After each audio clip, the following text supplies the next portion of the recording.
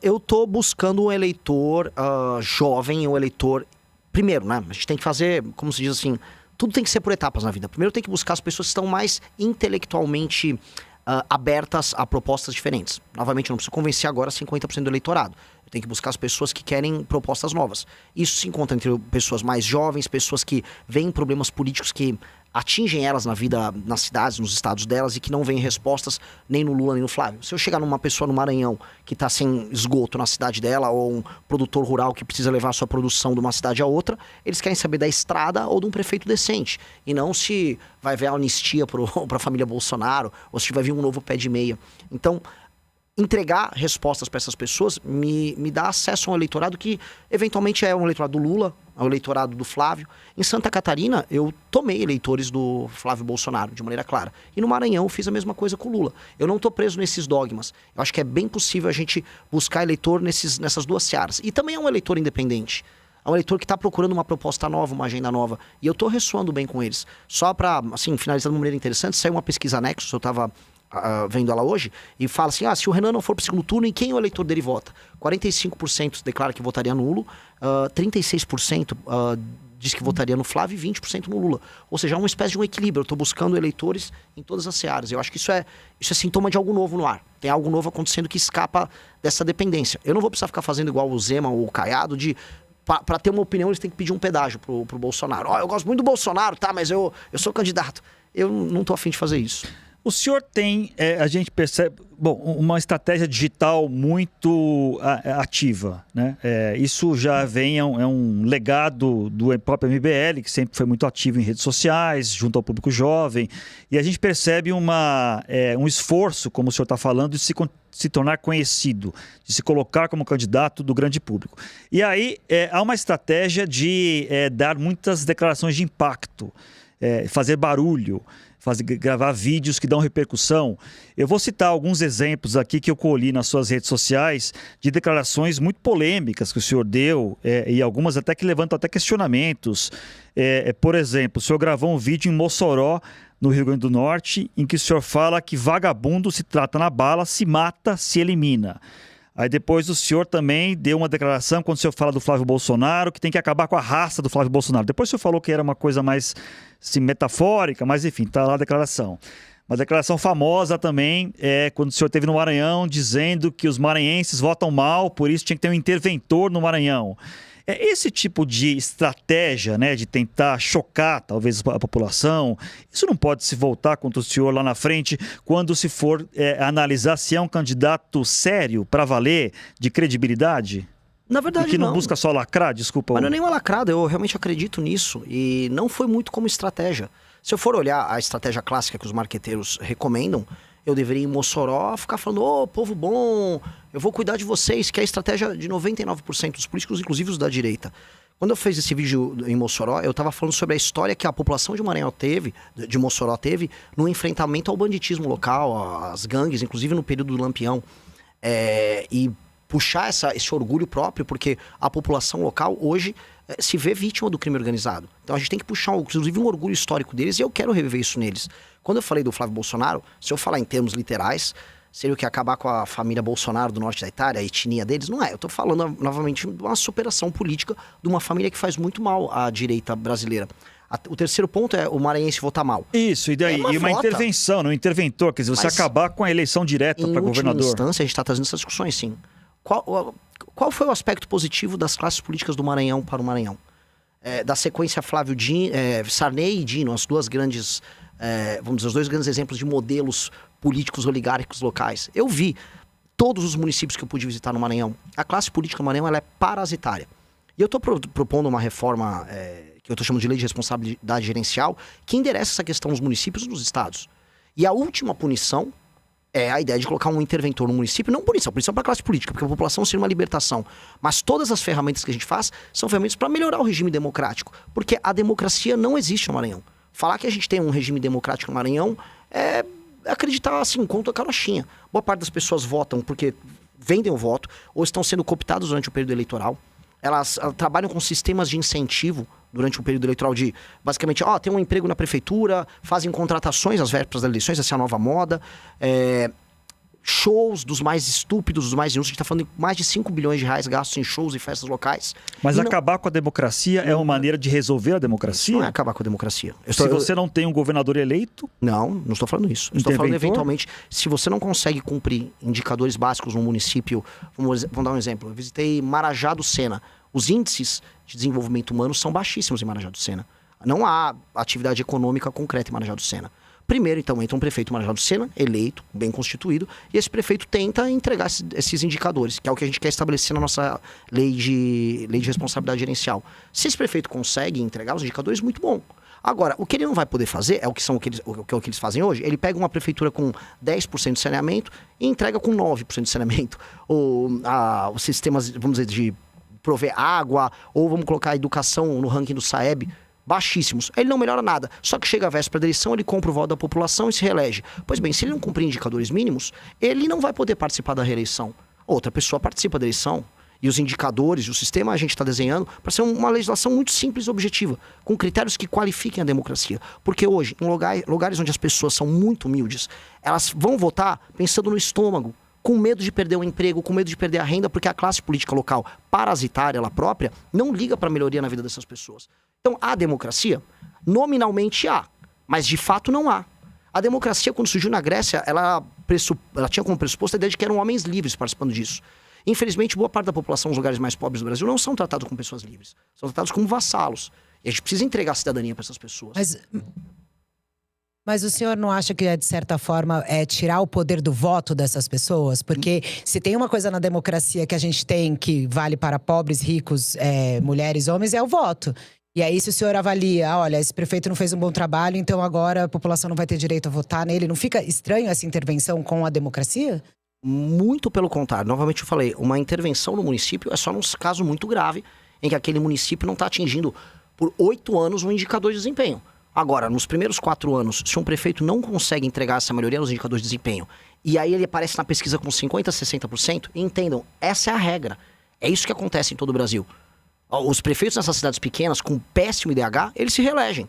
O que eu estou fazendo é, olha, esse prefeito não vai poder concorrer à reeleição. Não melhorou um indicador, vive de repasses federais e não consegue melhorar a vida das pessoas. Aí as pessoas votam por quê? A gente sabe que a regra nesses lugares é a compra de voto. Então não há democracia ali. Quando a gente fala, mas essa pessoa está perdendo voto, primeiro, isso seria uma atitude extrema no final da ponta, se aquela cidade não consegue melhorar um indicador. E por um pequeno período de tempo até a gente conseguir recompor esses indicadores. Se isso, antes disso não for feito, a gente vai continuar vivendo a ilusão, que é uma ilusão que a gente acredita desde 88, que existe democracia em Marajá do Sena. Não existe democracia em Marajá do Sena. Gente, agora, não existe democracia em maior parte das cidades pequenas do Brasil. Candidato, outra pré-candidato. Pré-candidato, TSE não fui eu. Sou eu que estou falando. Pré-candidato, quando... outro tema importante na sua pré-campanha é a segurança pública, um tema que o senhor coloca com muita ênfase. Quando o senhor fala que vagabundo se trata na bala, se mata, se elimina, isso não é uma atualização do velho ditado de que bandido bom é bandido morto? E eu pergunto, bandido bom é bandido morto? Bandido bom que se entrega, ele vai pra cadeia e fica bastante tempo cumprindo pena. Bandido que não resolve se entregar e tá segurando um fuzil e tá ocupando territorialmente uma área do Brasil de maneira ilegítima, ele basicamente vai morrer. Acho que não há muito escolha. Eu acho que isso então, é meio consensual. Assim, pense em uma nação... Pense se os Estados... Só um ponto. Se os Estados Unidos permitiriam que um bairro, que o Queens, fosse tomado por uma facção e a facção fizesse, vamos dizer, a segurança no Queens. Isso é inimaginável numa nação séria. Se a China permitiria que um bairro em Xangai tivesse isso. A gente não pode permitir isso no Brasil. E aí uma pessoa que está fazendo essa ocupação territorial, ou ela vai presa e se entrega. Se ela não quer se entregar, ela acaba morrendo. É o básico. Então, pegando uma declaração que o senhor falou também que quer apenas prender e matar as lideranças do crime organizado. Mas, de novo, essa questão, o senhor está explicando agora melhor, né? Se não se entregar, vai morrer. Mas desse jeito que o senhor fala, não parece... Aí eu quero saber a sua opinião em relação à pena de morte. O senhor imagina, se eleito, colocaria a pena de morte como uma pauta do Brasil para a gente enfrentar ela, já que o senhor está defendendo nesse caso... Claro, né? Enfim, são criminosos, etc. Mas a gente não tem pena de morte no Brasil. Aí eu queria sua opinião sobre isso, também misturando um pouco, já aproveitando com a questão religiosa, né? Eu não sei exatamente como é que o senhor vê essa questão, que é uma questão que tende ali a, digamos, afastar uma parte do voto cristão, digamos assim. A gente tem pena de morte no Brasil, e a pena de morte ela é executada pelo crime organizado nos seus tribunais próprios, ocupando de maneira ilegítima pedaços do Brasil. A gente tem pena de morte na Rocinha. Mas o senhor como presidente… Calma, deixa eu molhar o bico. O presidente da República nem sequer com essa Constituição pode instituir a pena de morte. Porque é cláusula pétrea, a gente nem pode fazer isso. Isso seria numa discussão a posteriori, que vale a pena a gente ter de uma constituinte num momento novo. Com a Constituição que nós temos agora, a gente pode aumentar muito as penas, que é o que eu pretendo fazer de pronto. Aumento de penas. E quando eu falo no prender ou matou, a discussão que nós temos que ter, que envolve o combate ao crime organizado, é colocar muita energia e muita ênfase nesse enfrentamento, na reocupação do território brasileiro. O entendimento que o Estado brasileiro tem que ter de que aquele território é dele. Veja, cara, tem uma coisa que me choca quando eu ando no Rio de Janeiro, quando eu vejo, por exemplo, generais, já tive reuniões com membros das Forças Armadas que vão naqueles clubes militares, perto da orla ali. E aí eles vão nas reuniões, mas ele próprio militar, cuja função primordial é a defesa do nosso território, ele tenta evitar os territórios ocupados pelo crime. Ele mesmo sabe que aquele território brasileiro que ele deveria constitucionalmente defender não pertence ao Brasil. Mas ele vive naquela loucura que nós passamos a aceitar de que o crime organizado realmente é dono, é legítimo. Então, o que eu estou chamando é uma convocação por parte do Estado brasileiro a uma guerra para retomar territórios que são brasileiros e cidadãos brasileiros que estão na mão de gente que não tem o direito de controlar eles. A família do Marcinho VP não pode controlar pedaços do Brasil. Inclusive, o senhor defende algo chamado direito penal do inimigo, salvo engano, né? Sim. Que é pelo que eu andei lendo, que o senhor está defendendo, seria algo como algumas situações, alguns criminosos não teriam os mesmos direitos em julgamentos de defesa, de advogados, eventualmente, criariam um sistema jurídico próprio para algumas pessoas, algumas categorias de crime. Isso é factível, tendo em vista a nossa Constituição, que defende a ampla defesa, que defende o direito das pessoas, rebaterem acusações, o direito de não serem atropelados pelo Estado? Que tipo de proposta é essa que criaria um sistema judicial paralelo? Não é um sistema judicial paralelo. É um enquadramento específico para entidades e grupos que têm, vamos dizer, indivíduos ali pertencentes, como uma facção criminosa ou um grupo terrorista, que merecem um tratamento diferente, dado que eles não aceitam, e essa é a premissa da teoria do Günther Jacobs, que é o autor da tese, eles não aceitam a autoridade do Estado e fazem um combate eminentemente político e existencial ao Estado, e estão em permanente cometimento de crime. Uma facção criminosa, com seus membros que estão ocupando, por exemplo, um bairro, eles estão em permanente cometimento de crime. Aquela ocupação, ela é uma anomalia jurídica. E aí o Estado brasileiro não pode tratar aquela pessoa que está, vamos dizer, ocupando o Complexo da Penha como um ladrão de galinha, como uma pessoa que teve uma briga de trânsito. Mas isso não é inconstitucional? Não, claramente de maneira inconstitucional? Alguma. Não é inconstitucional, Zanin. Não é constitucional. É um enquadramento que você tem que fazer dentro da lei brasileira, estabelecendo um tipo penal para que essas pessoas que são... Aí você faz o levantamento junto com a Polícia Federal, junto com a BIM, as pessoas que fazem parte das facções criminosas. Estabelece-se por lei, junto com o Congresso Nacional, essas são as facções que vão ficar circunscritas e tem que ser uma definição muito, muito clara e muito precisa. Essas facções terão um tratamento diferente. Outros países conseguiram fazer. A Dinamarca conseguiu fazer. A Dinamarca separou membros de uma determinada quadrilha como parte, vamos dizer, de um organismo anômalo. O que eles chamam, o Günther Jacobs, e a gente precisa entender, é o direito penal de terceira velocidade. Ele tem que ser veloz, a gente tem que ter medidas que sejam rápidas e enfático com esse tipo de bandido. Não dá para eu chegar por um membro do Comando Vermelho, ele tá com um fuzil na mão, não, mas eu tenho aqui minha presunção de inocência. Um sujeito que tá com um fuzil, um sujeito que tá fazendo uma ocupação territorial, o chefe de uma facção, ele não tem presunção de inocência. Ele é um inimigo do Estado, igual o Osama Bin Laden igual qualquer terrorista é. Ele é anômalo, ele está numa posição anômala. Isso é um fenômeno, vamos dizer, que o direito começou a discutir, especialmente com o surgimento de organizações terroristas no século passado, anos 70 e 80, para responder a essa demanda. E é legítimo que exista isso e a gente precisa ter isso. Até porque uma pessoa que está cumprindo a lei e eventualmente comete um delito, ela tem o direito de defesa dela garantido. Agora, uma pessoa que faz parte de uma facção que está permanentemente violando direitos humanos, não. Carla. Agora, por exemplo, nessa discussão de segurança pública, um dos debates que é feito hoje aqui é sobre a existência ou não de um ministério dedicado para isso. E uma das discussões, quando se fala em segurança pública, o principal entrave é que, pela Constituição, é de responsabilidade dos estados, né? Enfim… Pensando, né, nas propostas que o senhor está colocando aí, como é que o senhor vê essa possível integração entre as polícias numa realidade atual que não existe ainda, né?